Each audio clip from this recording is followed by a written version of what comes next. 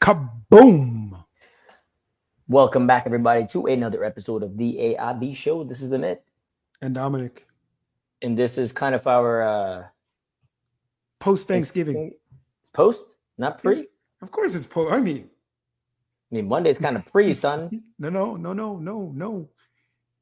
What? We just released an episode. This is post Thanksgiving. We released an episode last Monday. No, 2 Mondays ago. That's why we're up for this Monday now. No, 2 Mondays ago. By the time you hear this, do the maths. You forgot to carry the one. Always the one. So how was your Thanksgiving? You friggin' idiot. Oh God. Turkey. Gotta admit, the most overrated food there is, right? Yeah, it's never the turkey. It's always the sides that are on. No. Forget Thanksgiving. Just in general, turkey is just. I do like a good turkey sandwich. I'll say that. You give me a good turkey club. You can't do the chicken instead or the pork club.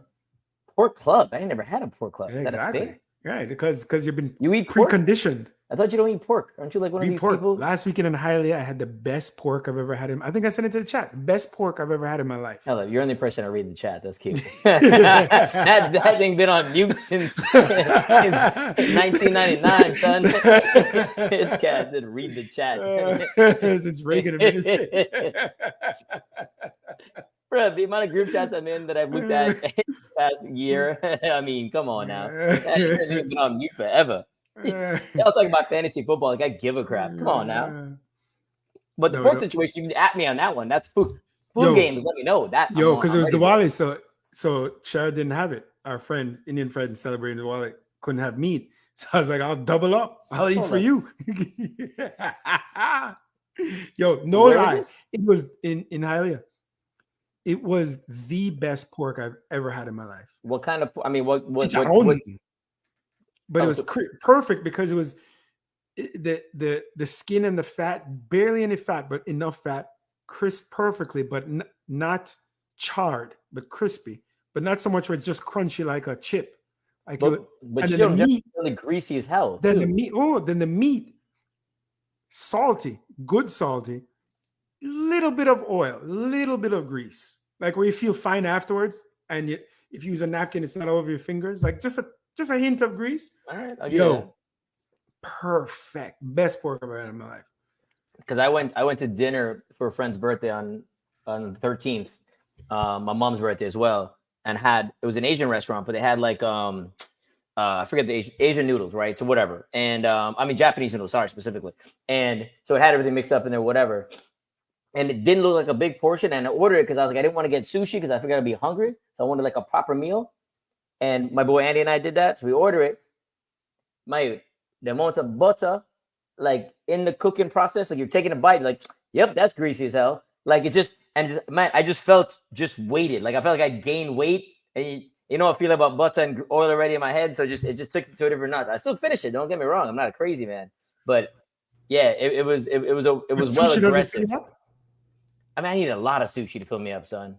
Like I'm talking sushi. Like we're going. I'm gonna go, and then I'm hungry in like 2 minutes. You have to go to like a real sushi, not like a fancy sushi where the rolls are the size of my thumbnail. Correct, but I'd never been to the spot before, so I didn't know if they were given like appropriate roll sizes or some more, like to your point, some fancy rolls where I'm like, all right, now I'm well hungry and I got nothing to show for it.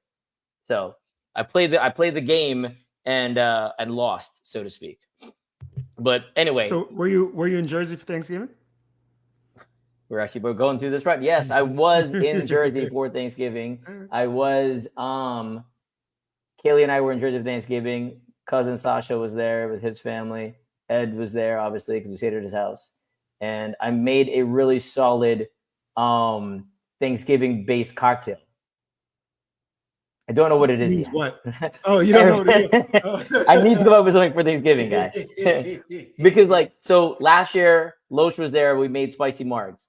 The year before, beep, please just look at the marg. Yeah, please just. I can't even articulate how. I'm in a rush, son. I can't use every syllable there. How we made spicy margs. Yo, Bridget, just ease. Oh, my bad, homie. This guy. The person who coined the term Nader-tini is clowning on me for saying the word marg. Noted. Carry on. Right, continue. So we made spicy margaritas that were on point. right? Like proper, like jalapeno, the whole nine, muddled business in there was dope. And then the year before, Ed had found this recipe for some like wine-based cinnamon holiday beverage, but it's one of those things that like you have like legit half a glass, and you're like, yep, too sweet, can't do any more of this business. You know what I'm saying?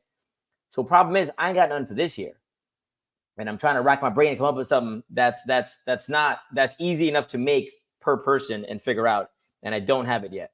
It may be old-fashioned dynamics.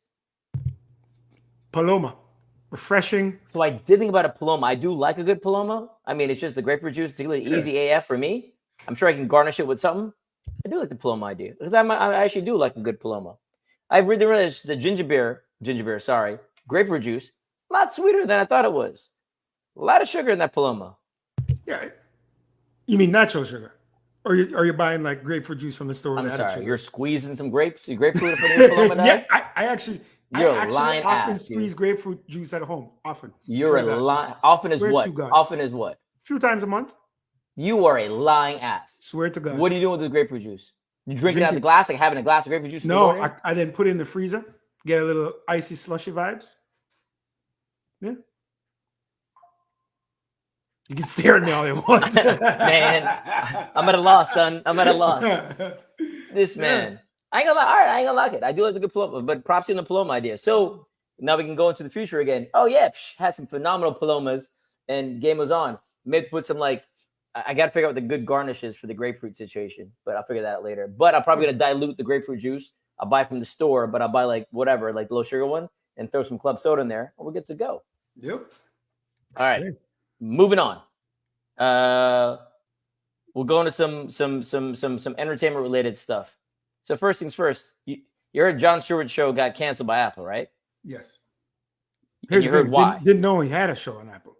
Okay. No, but you've seen the clips on the interwebs. Nope. You definitely have, because I shared them. I didn't know it was from a show. Got you. You thought he was just interviewing Republicans and making them feel bad about themselves. So anyway, so he had a show on Apple now, but to your point, that actually speaks to very well to Dominic's point there. A lot of people never watched the show. It was called The Problem with Jon Stewart. Right. And it was on Apple, and it was a good show, and he was doing good reporting and so on and so forth. And it eventually got canceled. And it got canceled. And the story that got out there was the fact that he was going to do some stuff on China and AI and Israel and some other topics like that Apple was less than comfortable with. And so they asked him not to do it or whatever it was, and they couldn't come to terms on that. So therefore it got canceled. Right. Now, apparently, and this is what I find interesting now, because I don't understand how this is how it's gone this far. But now, due to concerns over this cancellation, now the government's getting involved. I'm quoting here. It goes, while companies have the right to determine what content is appropriate for their streaming service, the coercive tactics of a foreign power should not be directly or indirectly influencing these determinations. The leaders of the House of Representatives Select Committee on Competition with the Chinese Communist Party said in a letter to Apple Chief Executive Officer Tim Cook. To reassure the creative community in light of these reports, we also respectfully request that Apple publicly commit that content that could be perceived as critical to the CCP or the PRC is welcome on Apple TV Plus and other Apple services. Continues the letter, signed by the panel's Republican Chairman, Representative Michael Gallagher, and Democratic Raja Krishnamurti. I don't know how this is remotely something that comes through this level, like why the House of Representatives could even give a crap. Personally, I also don't see how and why it's not a news channel. It is their program. They go, I don't want it on my channel. Just like Fox ain't got no, like, Fox News, they're raiding out or having Democratic National Conventions. You feel me? Like, I don't get how this is a thing. And it's not a news channel. Right? So if I don't feel that this is appropriate for my air on the private network that I own, that I'm charging you, my subscriber, for, how is this an issue? I don't understand. You sound like a libertarian. No, I sound like somebody who's saying, hey, my business, man. I agree. Yeah. Thank you for the additional comment, Dominic. That was well thought out. I appreciate it. I mean, you really know how to keep the conversation going. Thank you. Friggin' guy, man. This guy. Moving on then, apparently, right? Dominic sent me this last night. Quote unquote, Cassie accuses ex Diddy of rape and years of abuse in a new lawsuit. She just filed. This was in the HuffPost. To which Amit writes to me, "Who's Cassie?" Oh God! I legit do not. I didn't Google it. I meant to Google it yesterday when you sent this to me, and I was like, I don't know who Cassie is. Obviously, she's his ex. Singer songwriter. Yeah, but okay. So she was. It was. I remember when they were together, and I was like, this is just weird because I thought they were like 15 years apart, 20 years apart. Evidently, they're 18 years apart. Right? She started dating him when her name is Cassie Ventura. I didn't know her last name. She goes by her stage name is Cassie. She was 19. He was 37. Had a couple of hit songs, some good songs, really good songs. She's suing him for $30 million. The allegations are intense. Being beaten, being raped, being trafficked, and by trafficked doesn't mean going across the border and going in a container like we see in movies. It's more like forcing her. She's accusing him of forcing her to do sexual stuff with other people. Like in a room, walking in a room and forcing her stuff, crazy stuff. Blowing up her ex's car, Kid Cudi. You must know Kid Cudi. Cassie was with Kid Cudi? Yeah, evidently in between. Hold up, she blew up his car? No, she's accusing Diddy of blowing up Kid Cudi's car. Who blows up a car? Like, this is a thing? And evidently Kid Cudi confirmed that, his car was blown up. And Who blows up a car? She says that Diddy said he was going to do that because when they had a little break, she was messing with Kid Cudi. She claims Diddy held her friend over the balcony of the 17th floor balcony. And it's like pretty savage and crazy stuff. I don't know Diddy's strong enough to hold anybody over a balcony, but he commissioned such activity? She says it was him. I mean, I see Diddy on stage. See how this plays out. So then, another female singer who used to be, affiliated with Bad Boy came out and said, I've been trying to tell you guys this for years and years, this kind of stuff. Is this Audrey O'Day? Aubrey. Oh, damn it. Oh, Aubrey O'Day, sorry. Yeah, she was in Danity Kane when they had, remember those, they had like Making the Band where they had the rappers like Dylan and all those people. I dated one of those girls, remember? What? Making the Band, the women, what was her name?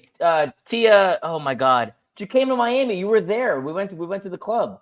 What? Oh my God, what's her name? Cowie and something another. On one of them, on his Making the Band show. Are you serious? I swear to God, bro, you met her. She's at my house when I lived in Kendall. How do I not remember this? I don't know. And okay, hold on. Dated's a strong word. I met her in Denver at an event situation when I was there, whatever. She was bartending. Invited her to Miami. She was coming here to try for the Heat cheerleaders. Came to my house to get ready. We all went out to Privé. And she was at my house getting ready with her and her girlfriend. And then we all went out and literally just left her there. And I was like, I'm good, man. I ain't dealing with this no more. And I just said, you have a good night. And I went home. So dating's a very strong word. So I take that back. But that's how that played out. You don't remember this? Oh my God. Cowie and what did you say? Anne? Did she have two names? No, it was two women and they got a spinoff from the show. So they were on the original show. Oh, was one tall and one short? Man, Takeda and Cowie. Why does this kind of sound familiar? Because it's on the internet. You watched MTV. I didn't watch the show. I just know it existed because she was on it. It kind of sounds familiar. I don't. Okay. So anyway, Takeda and Cowie were on the show. Did we take those two out? I don't know. Takeda wasn't there. Cowie was. It's one of Cowie's friends who was there. Interesting. Yeah. And it was funny because I was telling the story to somebody. You were there, but you don't remember. So and I've told the story before to other people. But so this woman comes to my house, right? Now I met her in Denver. In Colorado Springs. In Colorado Springs, she was apparently Denver Nuggets cheerleader, right? I meet her. She's a bartender, a waitress, at a bar. We got to chat and she was cool, blah, blah, blah. She goes, hey, I'm coming to Miami in a few weeks, months, whatever, to try for the Heat. And I was like, hey, that's dope. And I was like, hey, maybe you come by, comes to that. So she's like, all right. And then I think she was supposed to stay with me or whatever else. And I was like, all right, this is dope. And comes to the house. So she's getting ready with her friends for all of us to go out to Privé. So she brings a friend. First of all, I was like, hold on, if you bring a friend, you're obviously, now we're changing the dynamic a little bit. You know what I'm saying? not that the furnace stay in my house too, but when both of them show up, I'm like, all right, this ain't really, this ain't a Cowie and Mitt dynamic. Now it's a +1, so now it was less enthusiastic anyway. So I was like, all right, we're doing this game. So I called you, which obviously you don't remember, and I forgot who else. And we're like, all right, we'll go to Privé. It's a Friday night, and we're going to Privé, and she's getting ready in my bathroom, right? I'm showering. She's getting ready. I walk out the shower. Her entire face and body is on the sink. What I mean is, I'm talking hair, I'm talking eyelashes, I'm talking nails, I'm talking. I've never seen a person disassemble and put their parts on the counter. And I walked by, and immediately I was like, "What had just happened?" Right? Freaked me out because I never seen this much hair. I was like, "How much hair? Like how much?" And then I was like, "How much of it's yours? How much is not yours? What's going on here?" Very perplexing. We go out. She finally puts everything back on. And then we go out. So now I'm no longer in a headspace where I'm like, hey, this is somebody I'm trying to go after. Not that she was ever even into me in the first place, but I'm just saying, like, I was never, my headspace was now completely different. We go to Privé. I'm like, all right, it'd be a good time. We're hanging out. We're not in VIP. We're right by VIP. And we're all dancing. But her dancing is at a frequency level that's completely different from mine and everybody's. And you were like, yo, this girl is dancing some next level frequency. Like, I don't get it. Ultra frequency. Yeah, ultra frequency completely. Right. And then eventually, I forgot, basketball player X shows up. She goes, hey, is that so-and-so? And I go, yeah, it is. You should go talk to them. So she goes to the VIP and you're having a good time. And that's when Amit goes home. I vaguely remember this. Yeah. I'm looking them up online. Okay. But sorry, that was a long story. It had nothing to do with, we're talking about horrible allegations. And I sidetracked. Apologies. Yeah. So I guess statute of limitations is over. It's a civil lawsuit, right? I know that's Seinfeld. I don't know how you prove these things or prove innocence. Like, well, you don't. Let's say right? she's it criminal or it's civil? Civil. Let's say you don't have to prove any of it. No, but how do you? You don't have to prove any of it. How do you? But you do to convince a jury. No, you have to convince a jury. You have to prove anything. Okay, let me rephrase it. How do you, if you're her, how do you prove this occurred? You cry. If you're him, and let's say it did not occur, how do you prove your innocence? So this is the dynamic with civil trials, right? This is the whole thing. The burden of proof is significantly less, and so at this point, she just has to convince them that this happened. Now, if there are other women who say they've been in similar dynamics, much like you said about Aubrey or whatever, so if she comes out and says something similar happened to her, if you get volume of people in that dynamic, all of a sudden you have a case against him where there's not an outlying dynamic, and therefore it could be true. Once it could be true, it is true, and now he's guilty in civil court. So let's say. By the way, I'm not a lawyer, and I don't play one on TV. Here it is. Let's say he's found guilty. And there's more evidence that comes out. So he's guilty more so I'm talking the court of public opinion. Right? Okay. Yeah. How do you feel about Diddy? Not that we ever think about him, but has it become like R. Kelly? I feel weird listening to R. Kelly. Right. Mm-hmm. So I don't play the music, but I was at a wedding recently. I was there and I was dancing to R. Kelly. You know? You're singing as well. Don't tell me you weren't singing those lyrics. You know. No. Yeah. Anybody and then Kelly, like MJ, like Chris Brown, like it's a weird dynamic because we watch fights. We talked about this in the past, like Floyd Mayweather. We know his kids have called the police saying he's beating my mom. We know and watch the fights and cheer. So like, it's weird the disconnect because if this person was in our neighborhood, right, we'd want to disassociate ourselves from them. If we know this person had raped women. And done physical abuse and disgusting things. I don't know. I'm just talking random. It's a weird disconnect. I guess because of the disconnect, because there's no direct connection. That's literally all it is. Like I said, this goes back to everything I say. We are selfish at heart. If I know you or you're in my neighborhood or you could perpetrate such activity on my family, i.e. you have a daughter, you'd be like, yo, you stay far away from me. Period. Like you're gonna have immediate animosity towards this person. True or false, by the way. Right? You're going to have immediate animosity towards this person. Diddy, you ain't never going to run into. So the reality is you will probably not follow this at all. Or if you do follow it, once it's done, you're going to forget about it. Like it does not affect your life in any possible way. And his music ain't really on the radio very much nowadays anyway. And radio is probably not a thing anyway I meant to say, but on the interwebs. So it's not like you're not torn. I don't see this as being a moral conflict at all. I figure if you go to the club and Diddy and Biggie are doing, like Biggie wasn't a saint either. None of these cats are saints. So we're playing this game. It's a very fine line, right? None of these cats are saints. And I don't mean hip hop artists. I mean artists in general. Well, I mean anybody. Forget art. Anybody. None of us are saints. So you got to pick your morality, right? Like if this person's saying stuff that is going to drive your opinion or cause other negative stuff, different story, right? That's a whole different dynamic too. But if this person, if this activities are true or false, it's probably not going to affect the way you view them, which is just the sad truth. Personally, yeah. It's the way it is, son. It's a weird world. So, a different note, I can't remember his name. My brother-in-law's friend was a like up and coming public defender. He was he gave a TED Talks. He was like the progressive. He was getting all this traction, right? And then he got accused of rape. See, but again, it's so selective there too, because that happened. And what happened with Trump? He blatantly said, "Hey man, just grab it. You're fine." Yeah. What happened to him? Well, Billy Bush got fired, and he became president. How is that possible? I do not understand. Billy Bush didn't even say anything. Billy Bush chuckled and lost his job. This man said it. So I don't believe in any of this morality. If it benefits you as a whatever situation. Listen, selective morality is a hell of a. That's the world we live in. That's the world we live in, right? Straight up, and that's why all these things bother me. Anybody who's very hard and fast, anybody who's got a very hard line about anything, I take. Well, beyond the fact that I hate Trump, I take that back. I guess I do have a hard line about stuff. There's a lot of things you cannot have hard lines about, or you shouldn't have hard lines about. Some of these things are gray. Oh, so speaking of, I knew I had something to talk about. Yeah, not only down ballot voting, not voting for president. Okay. So you were totally fine with him coming back into power. Good for you. No, No, you do you. Nope. Obviously, you're good with it. No, I don't agree with it.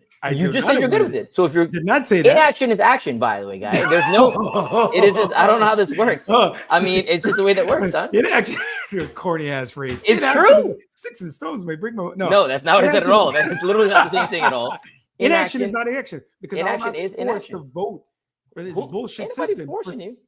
Okay, so your lack of voting is doing what? No, it's not a lack of voting. It's because this is why we're in this foolishness. Because we have two of the worst possible candidates. So I have to choose the lesser of the two evils to prevent the most evil? Yes. No. No, because of your mentality, it will never change. If people actually had my mentality, it would change. I'm sorry. How does doing nothing cause change? I'm confused by this.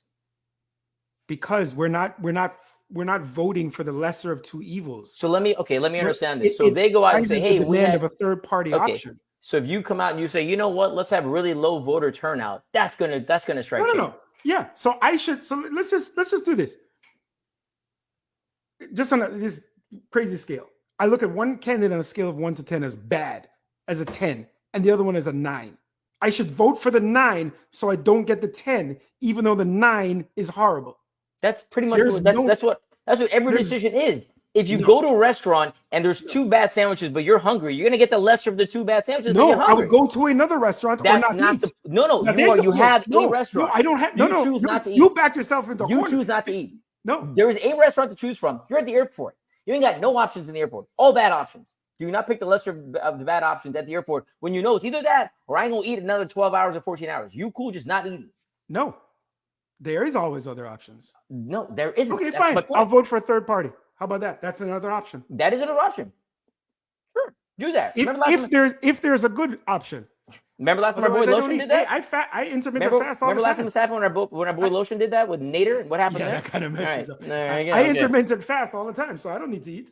Yeah. You intermittent fast all the time, you said? All right. And also, not the same thing, guy. I said you either don't eat or you get to eat. You don't eat, right? Or you eat the lesser of 2 evil sandwiches. Like, I hate mayonnaise. But you're telling me one sandwich is mayonnaise rich and one sandwich got a lot of butter on the bread. I'm like, which one am I going to go with here? And I got to pick one of these 2 bad choices for me, admit. But I got to eat. See, you have selective morality. I don't. I'm proving that I am not voting for somebody who I do not. You are driven by selective morality. I do, but I'm not going to vote for somebody who is morally the antithesis of what I believe in. I cannot vote for that person. Just think about that. No, think I'm about not. that. I'm again. I took a pause. I'm with you, but so you're. But I why? get what you're saying because the other person, we both agree. You and I agree that one candidate is worse, and you may not even think the other candidate's bad. I do. No, We I both just agree no, we both agree one candidate is horrible. no. But it's not just worse by like a smidge. Worse, like the worst kind of person in the world, like the person, like one of the worst incarnations Yeah, but of a human being ever. we digress there because one of them just hides it. No, hold up. All of them hide it. I ain't saying no politician's a good dude, bro. I'm with you on this guy. So, right? but you got to understand, I philosophically disagree with everything about this other candidate, and I'm with as you. well. But what I would say, I can't morally cast my vote simply to stop the other one because I'm supporting somebody who goes against anything I believe in. For SCOTUS, right? For the that's how my mother. That's I was gonna not vote last time, and my mother-in-law convinced me. So now you Supreme don't Court care about and SCOTUS. federal court judges. That's it. So now you don't care about those things either. I do care about those things, but so then how do you affect change there? No, I got to keep it real, son. I don't know. You ever heard that when keeping it real goes bad? One of the best Chappelle skits. Speaking of keeping it real, did we ever talk about this? Do you know the podcast called "It Is What It Is"? Negative. So it's Cam'ron and Mase. Preacher Mase and what's you know nothing about this? No. Continue. They signed 30 million. It's the best show there is. It's a sports related and culture related. 30 million for 18 months. They had so much traction so quickly. They signed last month for 30 million for 18 months. Bro, it's the best show there is. It's unreal. Almost every day they're dressed up in suits. Cam'ron and Mase? But they remember this song too? Yeah. Who produced that? Who produced that? Diddy. Was Bad Boy? Oh yeah. To the top. So it's a sports show, right? Mm-hmm. It's amazing. And they gained so much traction in less than a year, dog. In less than a year, they signed a $30 million deal just for 18 months. Think about that kind of trajectory. So we're trying to say is we are trash. I think we could probably got more episodes than they got. I would assume, but we ain't got zero traction. It's so good. And the damn clips to Cam'ron and Mase, man. See if they wanted some sidekicks or something, bro. You know, we're playing a different game here, guy. 139 years ago today, anniversary, horrible word, of the Berlin Conference. You know what the Berlin Conference was? I do not. When all the European fuckers decided to sit around a table and say how we're going to divide up Africa and take what we want. And literally just say, this is ours, this is ours, this is ours. And King Leopold of Belgium was granted, not even for Belgium, granted the Congo for himself. He physically owned it. And pre-Hitler, killing 6 million Jews and 1 million plus other people, Leopold was responsible for the deaths of over 10 million Congolese people. You ever seen those sad images of people from Africa missing an arm or 2 arms? Yeah, I thought that was Blood Diamond Dynamics. No, it was rubber. Ooh, the rubber demand in Europe, it was for rubber. And they forced them to mine on the rubber, and anything that went wrong, chopped off their hands, not for stealing, for lack of production, to be a display and a deterrent for slacking to the other people around. I feel like that action has been a part for both that, for everything really. Stealing in the Middle East. No, that's what I'm saying, but I'm across the board. I'm saying in slavery across the board, right? How sad it is. Like it's the same. Yeah, the same foolishness perpetrated itself for centuries. Right? Yeah, it's damn. I did not know that. Well, thanks for always bringing it to the high notes, Dominic. Well, going to high notes. Look at this pun. They're building blimps again, son. But it ain't a blimp like you're familiar with. But it is a blimp, meaning it looks like a blimp, right? But like back in the day, blimps, you were just in a little compartment below the blimp, right? And by back in the day, I mean even our Goodyear blimp today, actually, right? And the blimp was full of hydrogen, helium, right? Yeah, helium. Anyway, And obviously, you had Hindenburg get activity, so they got rid of the blimp dynamic. And also, it moved really, really slow. But they're getting back into this game where they're building it's called an airship now, right? And it's called the Panther 1, and it flew its first test flight a couple Wednesdays ago after 10 years spent developing the next generation airship. 10 years, my dude. To build a blimp that existed back in God knows when. I'm not flying. No, I'm playing. But well, that was my question to you, right? So it's longer than 3 Boeing 737s. So she said. Nobody's ever said that to you. So it's longer than that, but it's also electric, right? So no fossil fuel dynamics. The airship can eventually carry 200 tons of cargo, which is roughly 10 times as much as the Boeing 737. So you can transport so much stuff in this ship. So if you're not, so imagine current ships going across the oceans, do all that kind of stuff. If you put stuff into this thing and have it cruise across, right? My assumption would be that'd be a phenomenal way to kind of utilize these products going forward. And also, you can land a blimp anywhere. Like the thing with this is you don't need a runway, you don't need all that kind of stuff. You can just land it in the field, which is really dope. But you're saying you wouldn't get in this thing? No. Like ever? Yeah, maybe, there's some test runs or something. Like I'm not going underwater. Like you said, what was that thing, that Ocean Gate or whatever it was called? Yeah. You wouldn't do that, but you go to the moon. All them foolishness. Mm-hmm. I jump in this blimp tomorrow. This thing was awesome. With a parachute? I mean, they'll probably give you one because it's still a test phase. But yeah, even with sans parachute, I take the risk. Oh my god. I mean, how fast could it fall? It's got by the yeah, and then go kaboom. Yes. No, it's no kaboom. It's electric. I see movies. They always kaboom. I'm sorry. Oh yeah, that's the science. All right, my bad. You backed me to a corner, son. My bad. That's the way it is. I apologize. Okay. Now that you broke down the science for me, I'm definitely wrong here. Okay, here's one for not you, but for our Android folk out there. So there is a product. Wait, sorry to interrupt. I'm getting more and more annoyed when I'm texting Android people. Because? Like if I like something, it like comes back to me and says I liked it. Yeah. And all them foolishness, and then they like my like, and I get a text message. It's just, anyway, go on. So now they're coming out. So there's an app coming out there, right? It's called Nothing. And they're announcing an app called Nothing Chats on today, actually. It comes out today. And well, today meaning Friday the 17th. And you can download it, in which case Android people can utilize this. It'll sync with iMessage, so you can have you get a better experience. But I have to text in the app? See, this is what I don't know yet. Because then no. Nothing. Yeah, because then at this point I got WhatsApp. But then an article came out that I read today actually about Apple specifically making it easy for Android to now engage. So that's in 2024. They're going to update the OS so Android can play and iMessage at the same time. So whether it's still green but allowing the same functionality, which is what I would hope it would be, because I still want to know who these people are so I can get out of my life.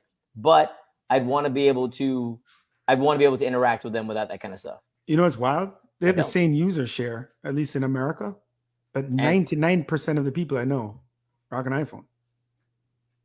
Hold up. How's the same user share? What do you mean? But statistically, Apple doesn't dominate the market. Oh, you mean for iMessage, you mean, or for? No, but just for the phone. But I don't know most of my people I interact with. You're saying 50% of the population has an Android, 50% of the population has an iPhone. And similarly, you're saying that you don't know any of these Android people. Yeah, I don't know these people. I know a handful. I know two. I know a handful. Yeah, I know two. I know two off the top of my head because I sent this message to them and saying, finally, you guys can engage in proper conversation. But yeah, I don't know many. No. 3. But yeah, okay. But either way, they're trying to make it easy for people to commingle. People I know are my brothers. And it's annoying. So what, y'all don't just chat on WhatsApp then? Yeah, what's up? To keep it simple. Yeah. Okay, here's another one you probably won't get into. Do you remember CRISPR? CRISPR. It was a gene editing company. It was gene editing technology. Sorry, you can edit genes for people, human genes. It was a whole thing. You have to get approval. I was going like Dolce and Gabbana. I was like, what? All right, go on. I'm just going to continue. All right. So the first CRISPR technology was approved in the UK. a British regulator said it would allow Cassie, the company, the first medicine license using the gene editing tool CRISPR to treat patients with sickle cell disease and another ailment which I cannot pronounce. By restoring working hemoglobin into the body, this process is believed to be able to help prevent pain in sickle cell patients and eliminate the need for frequent blood transfusions for those with this other ailment. So next is up for the FDA to make the similar dynamic in December. How do you feel about all this? This is gene editing. So I know. So, right? But for a good works. For a good purpose. Everything starts with a good purpose, my dude. Right, and then things go awry. Right? Terminator up in this motherfucker. No, it is what it is, man. Oh, look, the internet's beautiful. Oh my God, they're using traffic women. Not beautiful anymore. Right? Like yeah, but this is the purpose is to it's good.